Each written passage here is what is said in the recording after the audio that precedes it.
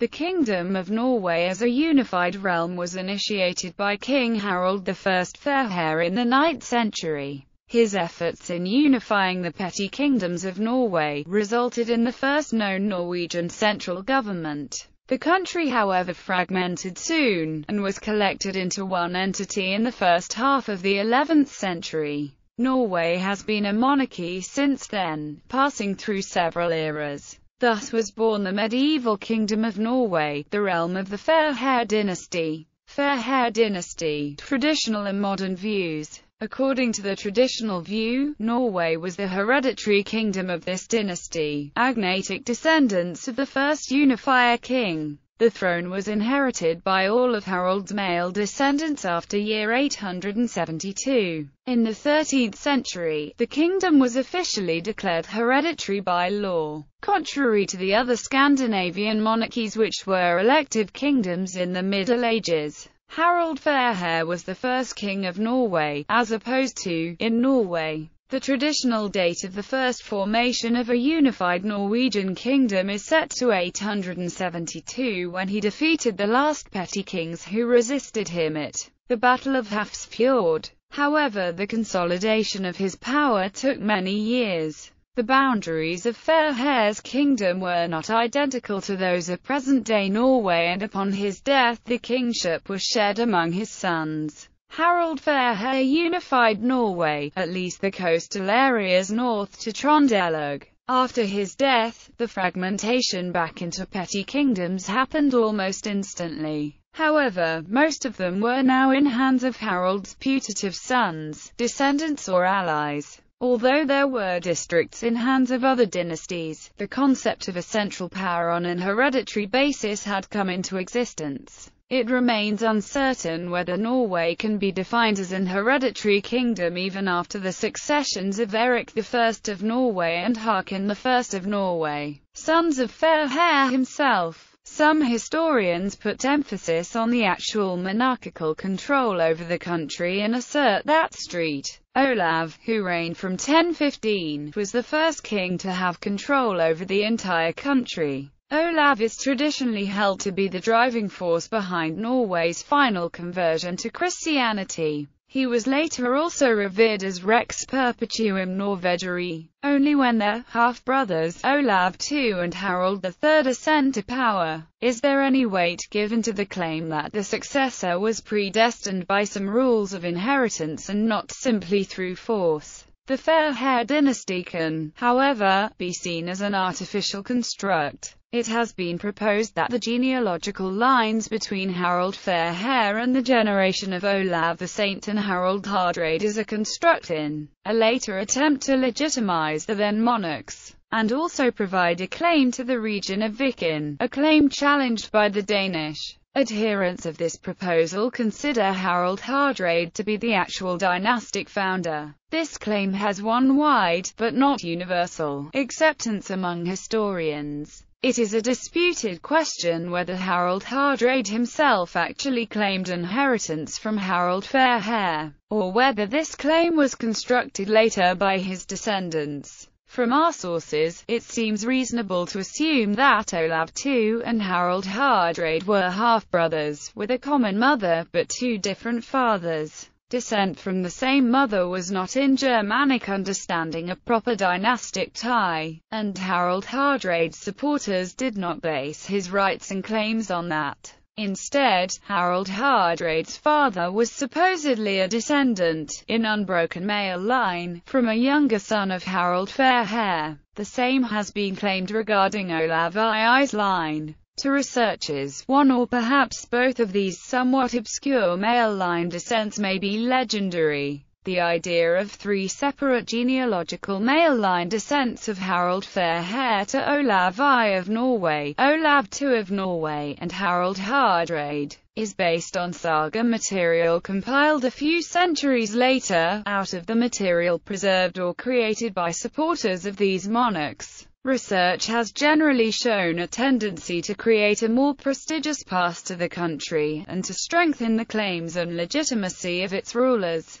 There could have been other lines of descent from King Harald I than the three embellished by Heimskringla. On the other hand, there is no evidence that even these three are factual. The Hardrade and the Sverre dynasties. Under Harald Hardrade, Norway was firmly established as an independent kingdom, and all later kings would claim to be descendants of him. With a few notable exceptions, all successful claims are well supported and not disputed by modern historians. This succession of kings is sometimes called the Hardrade to distinguish them from the certain issue of Harald Fairhair. If Hardrade is accepted as a descendant of Fairhair, this dynasty would be just a branch of a larger Fairhair dynasty. The kings themselves are not known to have referred to their dynasty with any official name. Until the 13th century there were no clearly defined succession laws. Instead, the succession was based on customs with origins in old Germanic traditions. The situation followed loosely agnatic seniority and agnatic succession with some elements of elective monarchy. All patrilineal male descendants of Harald Hardrade were entitled to share the kingship. This included sons born outside marriage, and many kings had semi-official concubines. To formally become king, the candidate had to be hailed at the thing, though he would naturally make sure to have the assembly's support before launching his candidacy. The sources do not record any instance of a candidate being turned down by a thing after demanding to be hailed. As kingship gradually took shape as an institution, a few things, particularly Orting and Trondelag, received a special status as the places the new king was hailed. The result of these customs was that brothers and half-brothers would inherit the throne to rule jointly, but such arrangements rarely lasted. As a result, succession was generally a matter of conflict, intrigue, and at times minor civil war. From the 1130s, strifes escalated to a more or less continuous civil war until 1240. However, during the reign of the Hardrade branch of the dynasty, it was generally agreed that only patrilineal male descendants of King Harald III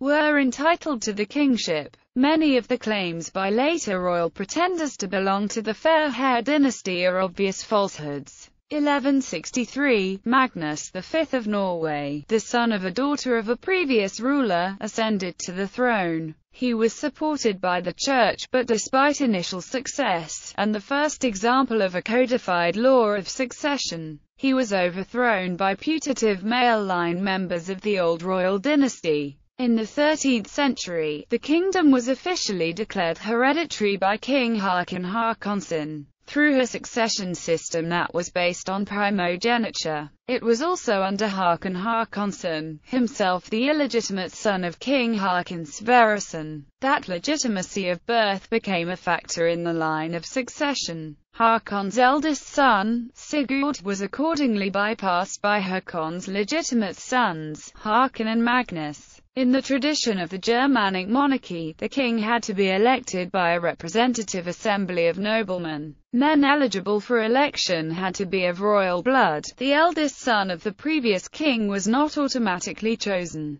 During the Civil War era, the unclear succession laws and the practice of power sharing between several kings simultaneously gave personal conflicts the potential to become full-blown wars. Over the centuries, kings consolidated their power, and eventually a strict succession law made Norway a principally hereditary kingdom. As a result of the unions with Denmark and Sweden, the heredity principles were several times flouted in the succession to the throne, until they were explicitly abolished in 1450. Unions with Denmark and Sweden. After the extinction of the male lines of the perceived Fairhair dynasty in 1319, the throne of Norway passed through matrilineal descent to Magnus VII, who in the same year became elected as King of Sweden too. In 1343 Magnus had to abdicate as King of Norway in favour of his younger son, Håkon VI of Norway. The oldest son, Erik, was explicitly removed from the future line of succession of Norway. Traditionally, Norwegian historians have interpreted this clear break with previous successions as stemming from dissatisfaction among the Norwegian nobility with Norway's junior position in the Union. However, it may also be the result of Magnus' dynastic policies.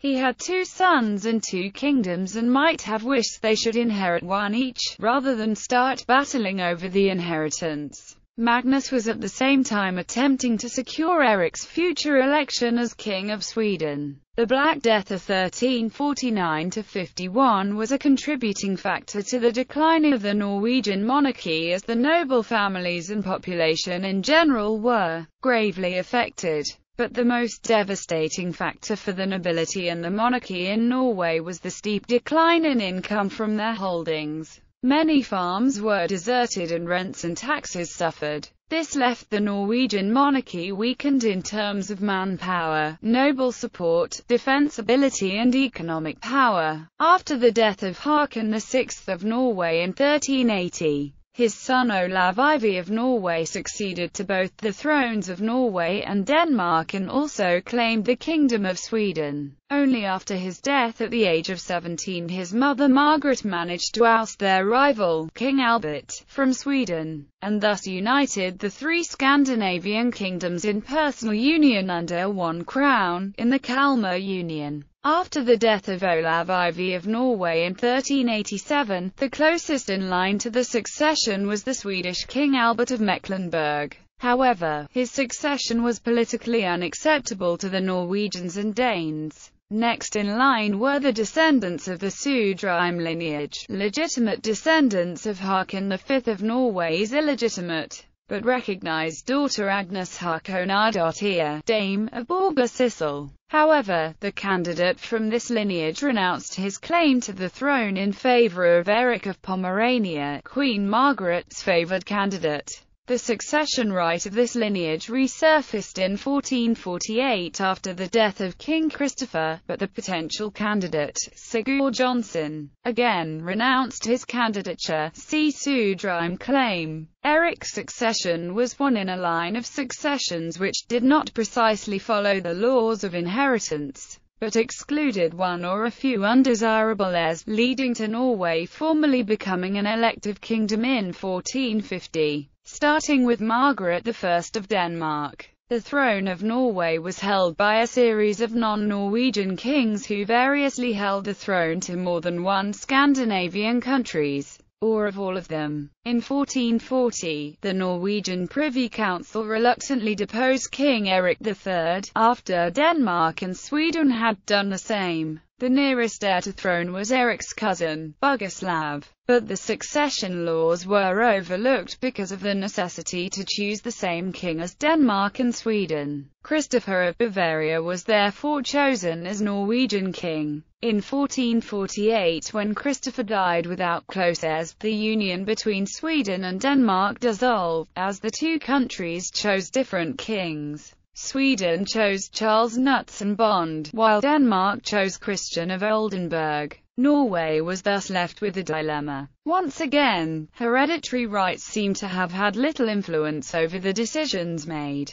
Sigurd Jonsson, of the Sudheim line, a descendant of Håkon V of Norway, seems to have been mentioned as a candidate, but turned the offer down. The Norwegian nobility then split between supporters of King Charles of Sweden and King Christian of Denmark. Charles succeeded in being crowned King of Norway in Trondheim in 1449, but in 1450 agreed to renounce the Norwegian throne to King Christian of Denmark in a separate peace deal with Denmark. The Norwegians were not a party to this decision, but were left with Christian as their only candidate. He was crowned in Trondheim the same year. Thus, the House of Oldenburg was first introduced to the Norwegian monarchy. In a union treaty, drawn up by the Privy Councils of Norway and Denmark in Bergen in 1450, it was specified that Norway was to be an elected kingdom, and have the same king as Denmark in perpetuity. On the death of the king, the Norwegian and Danish Privy Councils would meet and elect the new king among the previous king's legitimate sons. If no such son existed, the choice was free, but the councils should not part until they had agreed on a common king.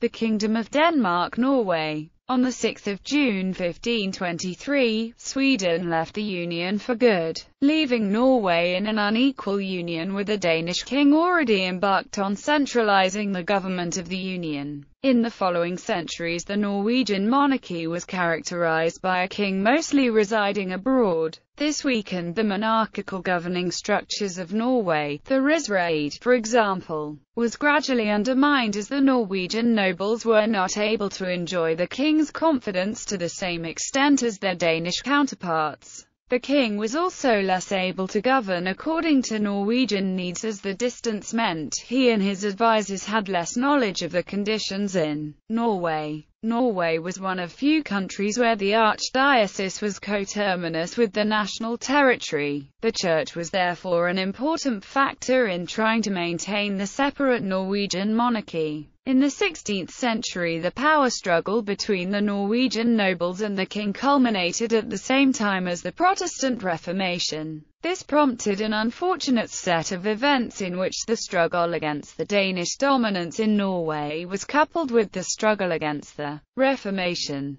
When both failed, the effects were harsh. The Norwegian Catholic bishops were replaced with Danes and the Norwegian church was subdued and made wholly Danish. The Norwegian riksråd was abolished in 1536 and more foreign men were appointed to important positions in Norway. In 1661, Frederick III introduced absolute monarchy in Denmark and Norway, and introduced a new law, the Lex Regis, in both countries to that effect. In this law, the kingdoms of Denmark and Norway were proclaimed to be hereditary, emerging independents. During the Napoleonic Wars, the king aligned Denmark-Norway with France. When Napoleon lost the war, Denmark was forced to cede Norway to Sweden under the Treaty of Kiel in 1814. It was initially proposed that the Norwegian dependencies of Greenland, Iceland and the Faroes would remain with Norway, but that point was dropped during the negotiations, so they became Danish.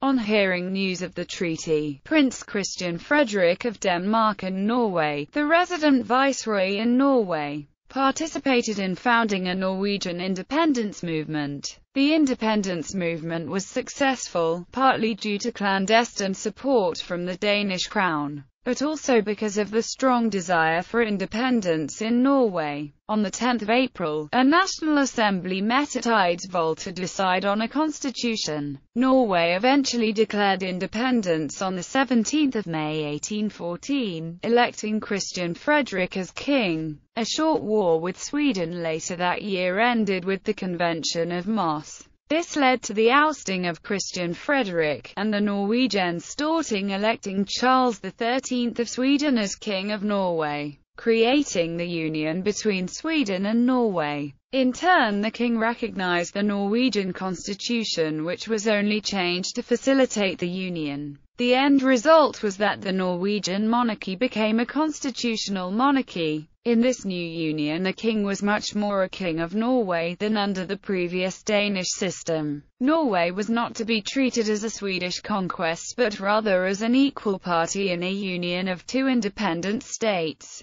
Both the principle and substance of the Norwegian constitution were accepted, and Norway retained its own parliament and separate institutions, except for the common king and foreign service. The only area of policy not in the hands of the Norwegians was foreign policy. Norway had been brought along into the new developments of the world as they arrived in Denmark. However, with the break, the Norwegians were able to forge a more progressive political development than was the case in Denmark. Denmark introduced a constitutional monarchy 35 years after Norway. Parliamentarism was introduced in 1884 in Norway, 17 years before Denmark and 33 years before Sweden. The union with Denmark also had its adverse effects on the monarchy. Among other things, it resulted in the Crown of Norway experiencing a loss of territory which today amounts to 2,322,755 square kilometers.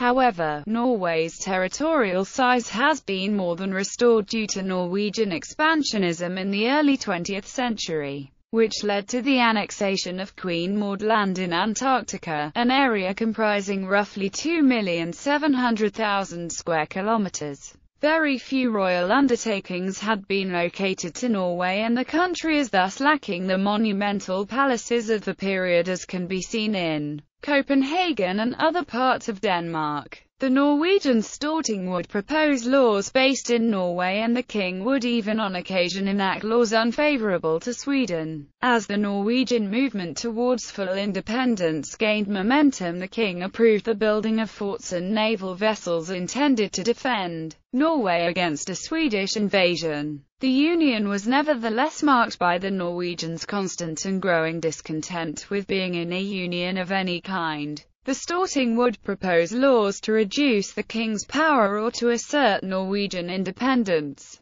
This would most often be vetoed by the king, but as he only had the right to veto the same law twice, it would eventually be passed. Already in 1814 the Norwegians instituted a separate flag. This would remain an issue until the Union badge was discarded from the Norwegian flag in 1898. In 1837, local self-government in certain areas of policy was introduced in rural areas as well as towns. Parliamentarism was introduced in 1884. Quite often, crown princes of the dynasty served some time in the position of Viceroy of Norway at Oslo, as sort of training for their future reign. He had no known genealogical roots in Norway, but he had his son and heir, the future Oscar I of Norway, marry Josephine of Luxembourg, a descendant of the earlier kings Christian II and Frederick II, and thus descending from all their ancestors too.